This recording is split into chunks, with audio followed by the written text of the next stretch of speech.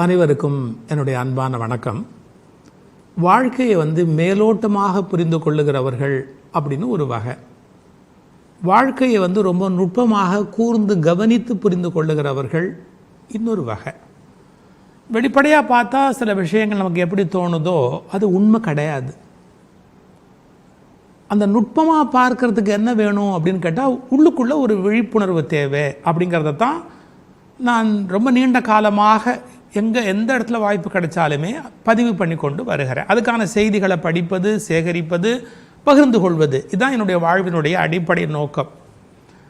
நம்ம கொஞ்சம் கொச்சையாக சொல்கிறதா இருந்தால் ஒரு வார்த்தை, மொக்கத்தனமாக ஏன் இப்படி பேசுகிற அப்படின்னு கேட்போம். மொக்கத்தனமாக அதாவது மேலோட ஒரு விஷயத்தை பார்த்துட்டு ஒரு முடிவுக்கு வந்துடுவாங்க. ஆனால் கொஞ்சம் ஆழமாக பார்த்தா தான் அந்த வித்தியாசம் நமக்கு தெரிய ஆரம்பிக்கும். ஒரு முறை பொள்ளாச்சி அருட்செல்வர் ஐயா நான் மகாலிங்கம் அவர்களோட பேசிக்கிட்டு இருக்கும்போது சொன்னேன், கிராமங்களுக்கெல்லாம் பஸ்ஸு போயிட்டு வர ஆரம்பிச்சிருக்கு, அது ஒரு வளர்ச்சி தானே அப்படின்னு. அவர் சொன்னார், வளர்ச்சி தான், போக்குவரத்து வசதிகள் வளரணும், வளர்ச்சி தான். ஆனால் நான் வேறு மாதிரி இன்னொரு கவலைப்படுறேன். அவர் பஸ் கம்பெனி முதலாளி திணிக்கும். அவர் சொன்னார், நான் வேறு மாதிரி கவலைப்படுறேன், கிராமத்து பணம் முழுக்க நகரத்துக்கு போயிடும்னார். நான் அப்படியே ஒரு நிமிஷம் திகைச்சு போனேன், என்ன சொல்கிறீங்க அப்படின்னு. ஆமாம், கிராமத்தில் இருக்கிறவங்க அடிக்கடி பஸ்ஸு வருது நகரத்துக்கு அப்படின்னா காப்பி சாப்பிட்றதுக்கு போயிட்டு வரலான்ட்டு போவாங்க, பொருள் வாங்கிறதுக்கு போயிட்டு வரலான்னு போவாங்க, சினிமா பார்க்க வந்துட்டு போகலான்னு பஸ்ஸு தான் இருக்குதுன்னு பஸ்ஸில் ஏறி பஸ்ஸுக்கு காசு கொடுக்கறது மட்டும் இல்லை, கிராமத்தில் சேகரிக்கப்பட்ட எளிய கஷ்டப்பட்டு சேகரிக்கப்பட்ட காசு நகரத்துக்கு வந்துடும்பா. அது கொஞ்சம் பொருளாதார ரீதியாக கிராமங்களை பாதிக்குமோன்னு இன்னொரு கவலை எனக்கு இருக்குது அப்படின்னார். அவரே பஸ் கம்பெனி முதலாளி. எனக்கு அது நன்மை தானேன்னு நினைக்கல. அப்போது நாம் நினைக்கிற பார்வை வேறையாக இருக்கும், மற்றவங்க பார்க்குற பார்வை வேறையாக இருக்கும். மேலோட்டமாக பார்த்தா அது வேறு மாதிரி தெரியும், உள்ள நுட்பமாக பார்த்தா அதனுடைய வித்தியாசம் என்னன்னு தெரியும். அது மாதிரி அண்மையில் நான் ஒரு செய்தி படித்தேன்.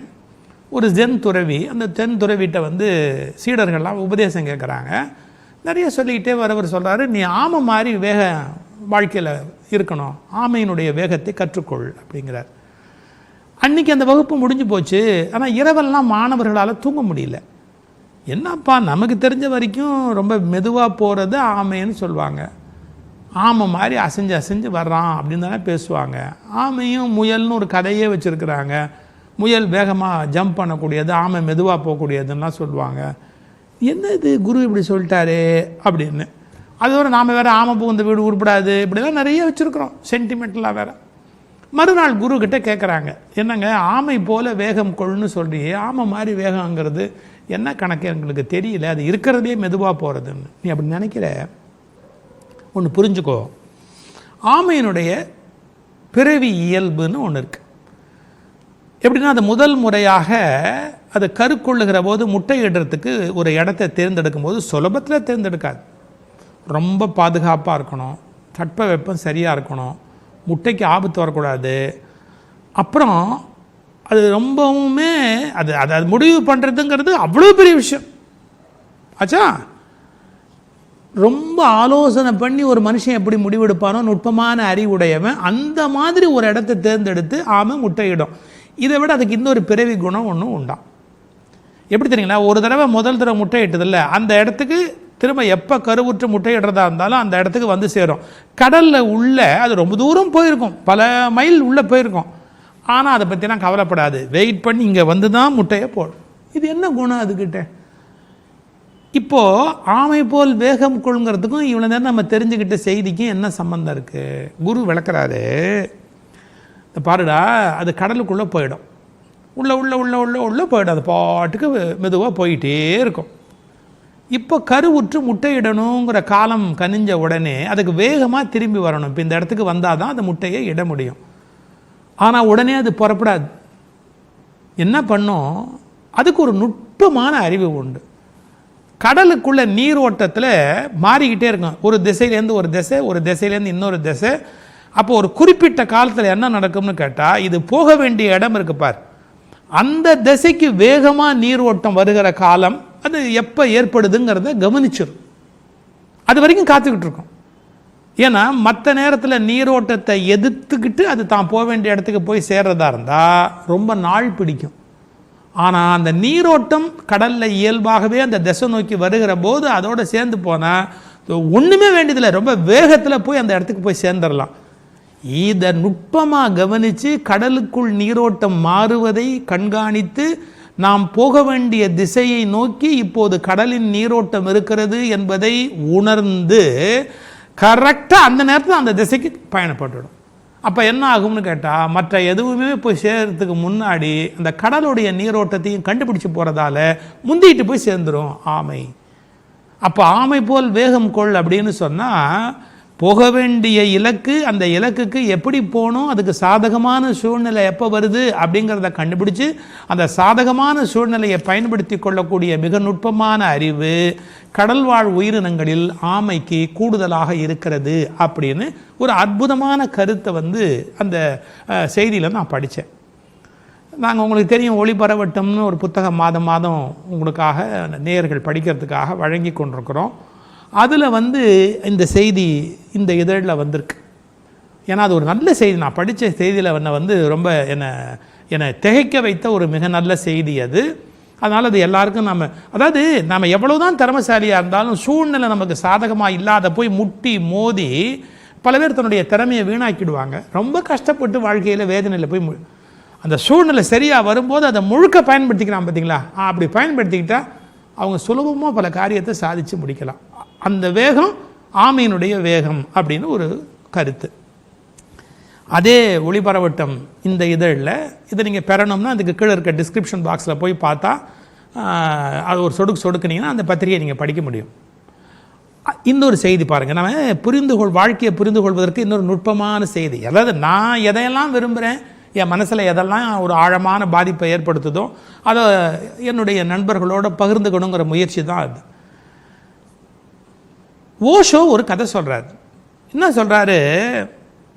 ஒரு மந்திரவாதி அவன் ஆடுகளை பிடிக்கணும்.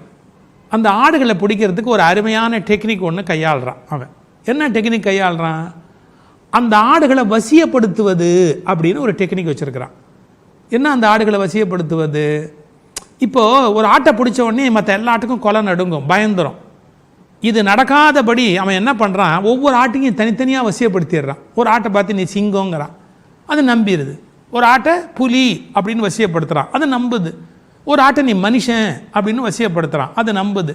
அப்போ வேற ஒரு ஆட்டை பிடிக்கும் போது என்ன நினைக்கிது, ஆட்டுக்கு தான் ஆபத்து, நமக்கு ஒன்றும் இல்லை. சார் பெரிய விஷயம் சார் இது. இன்றைக்கி உலகத்தில் எத்தனையோ அநீதிகள் நடந்தால் கூட நாமெல்லாம் எப்படின்னா நம்மளை யாரோவா நினச்சிக்கிட்டு இருக்கிறோம். நம்மளை யாரோவா அப்படி வசியப்படுத்தப்பட்டிருக்கிறோம். நமக்கு அது ஒன்றுமே ஆகாது, நமக்கு நிச்சயமாக அந்த கெடுதல் வராது அப்படின்னு அரசியல் தலைவர்கள் நம்மளை வசியப்படுத்துவாங்க. அந்த வசியங்களுக்கு நம்ம உள்ளாகி அவர்களுக்கே பலியாகி கொண்டிருக்கிறோம். எவ்வளோ பெரிய விஷயம் தெரியுங்களா? நம்மை ஒரு இனத்தின் பெயரால், மதத்தின் பெயரால், ஒரு மொழியின் பெயரால், இல்லை ஏதோ ஒரு வகையில் வசியப்படுத்துவாங்க. அந்த வசியத்துலேருந்து நம்மளால் தப்பிக்கவே முடியாது. அப்புறம் பலி வாங்க வேண்டிய எல்லாத்தையும் எப்படி வேணாலும் பலி வாங்கிக்கலாம். எவ்வளோ பெரிய விஷயம் இது. இதை ஓஷோ ஒரு பேச்சில் விளக்கி சொல்கிறார். நாமெல்லாம் செம்மறி ஆடுகள் அப்படின்னு. அதையும் இந்த ஒளிபரவட்டும் இந்த புத்தகத்தில் நாங்கள் பதிவு பண்ணியிருக்கிறோம். இன்னொரு செய்தி ஒன்று சொல்கிறேன் பாருங்கள். எத்தனையோ மொழிகள் இருந்தாலும் தமிழுக்கு ஒரு தனி சிறப்பு இருக்குதுன்னு நம்ம தமிழர்கள் பெருமையாக சொல்கிறோம். அப்படி சொல்கிறது சில பேருக்கு பிடிக்கல வச்சுக்கோங்களேன். ஏன்னா அவங்க சொல்லிக்கிறாப்புல இல்லை, ரொம்ப வருஷமாக அவங்கள்ட்ட ஒன்றும் இலக்கியங்கள் இல்லை, சிறப்பு எதுவும் இல்லை. அப்போ நாம் நம்முடைய சிறப்பை ஆயிரக்கணக்கான வருஷங்களாக சிறப்பை சொல்லும்போது சில பேருக்கு அப்படியே கோபம் வருது, வருத்தம் வருது, நம்மக்கிட்ட அப்படி சொல்லிக்கிற மாதிரி இல்லையே அப்படிங்கிற. சரி, அதை விடுங்க. தமிழோட சிறப்பு அப்படின்னு சொன்னால் ஒரே ஒரு செய்தியை குறிக்கிறதுக்கு அது எத்தனை விதமான சொற்கள் கையில் வைத்திருக்கிறது அப்படிங்கிறத பார்க்கணும். இப்போது கருவிகள், நுட்பமான கருவி நிறைய வைத்திருக்கிற போது அவங்க வேலை செய்கிறதே ஒரு அழகாக இருக்கும். இதுக்கு பயன்படுத்தணும், இதுக்கு அதை பயன்படுத்தணும் அப்படின்னா அதில் ஒரு அழகு இருக்குது. மரத்துலேருந்து பச்சை நிறத்தில் ஒரு இலை கீழே விழுது. ஆலமரம், அரச மரம், வேம்பு மரம், அத்தி, மா, பலா, இது இலை அப்படிங்கிற வார்த்தையை பயன்படுத்துவோம். இப்போ நான் ஒரு கேள்வி கேட்குறேன். வாசலில் ஒரு அம்மா கொண்டு கீரை விற்கிது, அது இலை தானே? அது இலை தானே? அது யாராவது இலையை கொடுன்னு கேட்பாங்களே? நல்லா யோசிச்சு பாருங்கள். அப்படி யாராவது கொண்டு வந்தா கீரை அப்படின்னு கேட்பாங்க. அகத்தி, பசலி, வல்லாரை, முருங்கை எல்லாம் கீரைன்னு சொல்கிறோம். அதுவும் இலை தான், லீவ்ஸ். ஆனால் அதை கீரைன்னு சொல்கிறோம். என்ன அழகான ஒரு சொல் பாருங்கள். அப்புறம் மண்ணில் அப்படியே கொடி மாதிரி படந்துக்கிட்டே போய் அதுக்கெல்லாம் பூண்டுன்னு பேர். பூண்டுனா வெறும் கிழங்கு மட்டுமே இல்லைங்க, புல் பூண்டு முளைக்காது அப்படின்பா. அந்த படருகின்ற மண்ணிலேயே படருது பாருங்கள், அந்த இலைகளுக்கு பூண்டுன்னு பேர். சரி, அருகு கோரை இதெல்லாம் வருது, அதை யாராவது இலைன்னு சொல்லி கேட்டிருக்கீங்களா? இல்லை பூண்டுன்னு சொல்லி கேட்டிருக்கீங்களா? இல்லை யாராவது அது கீரைன்னு சொல்லி எப்பாவது கேட்டிருக்கீங்களா? அதுக்கு என்ன சொல்லுவோம்? புல்லு அப்படின்பா.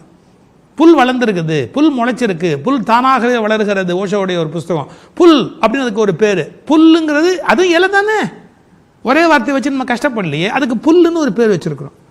அப்புறம் மலையில் விளையிறது உசிலை, இது மாதிரி அதுக்கு என்னடா பேர்னா தழை, தழைத்து கொண்டு வருவது தழை அப்படின்னு பேர்.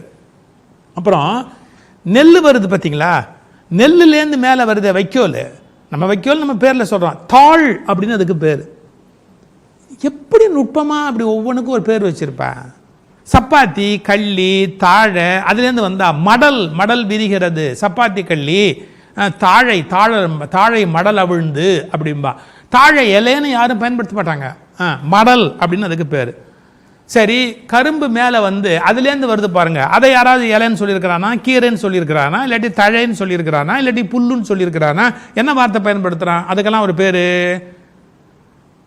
கரும்பு, நாணல், இதுக்கெல்லாம் தோகை அப்படின்னு பேர் சார். தோகை என்ன, இந்த மயில் தோகை மாதிரி அடர்த்தியாக இருக்குல்ல, அதுக்கு தோகை அப்படின்னு பேர். அப்புறம் தென்னை மரம், பனைமரம், கமுகு, அதெல்லாம் ஓலை. பனை ஓலையை பார்த்தியா அப்படிமா, தென்னைங்க ஓலையை பார்த்தியா அப்படின்னு கேட்பா. இது ஒரு பெரிய ஆச்சரியம். இலை தான், ஆனால் எத்தனை விதமான பேர் பாருங்க. இலை, கீரை, பூண்டு, புல், தழை, தாள், மடல், தோகை, ஓலை. அந்த அந்த அளவு தனித்த ஒரு சிறப்பு, தமிழினுடைய தனிச்சிறப்பு. இந்த இதழ் ஒளிபரவட்டும்ல, அந்த ஒரு செய்தியையும் நாங்கள் வெளியிட்டிருக்கிறோம். இதை படிக்க விரும்புகிறவங்க இதனுடைய டிஸ்கிரிப்ஷன் பாக்ஸில் போய் நீங்கள் சொடிக்கு பார்த்தீங்கன்னா அந்த புத்தகத்தையும் நீங்கள் முழுக்க படிக்கலாம். வணக்கம்.